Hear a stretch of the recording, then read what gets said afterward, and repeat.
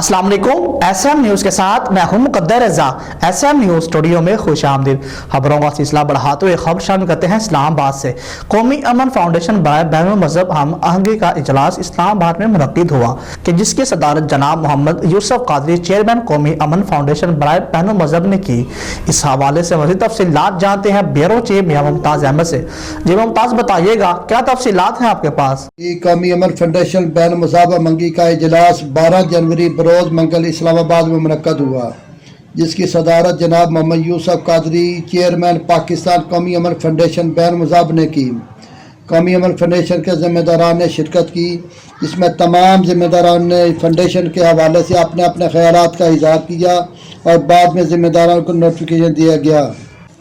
इजलास में मरकज़ी चेयरमैन पाकिस्तान मोहम्मद यूसुफ कादरी के साथ मरकज़ी सदर जनाब Mirza Pervez Akhtar Kiyani, vice chairman Punjab colonel Khaliquzzaman, vice chairman district Gujranwala जनाब मास्टर एजाज अहमद सईदी और वाइस चेयरमैन तहसील वज़ीराबाद मियां मुमताज़ अहमद तजी और काफ़ी कौमी अमन फाउंडेशन के ज़िम्मेदारान ने शिरकत की। जी बहुत शुक्रिया मुमताज़, तफसीलात से आगाह करने के लिए।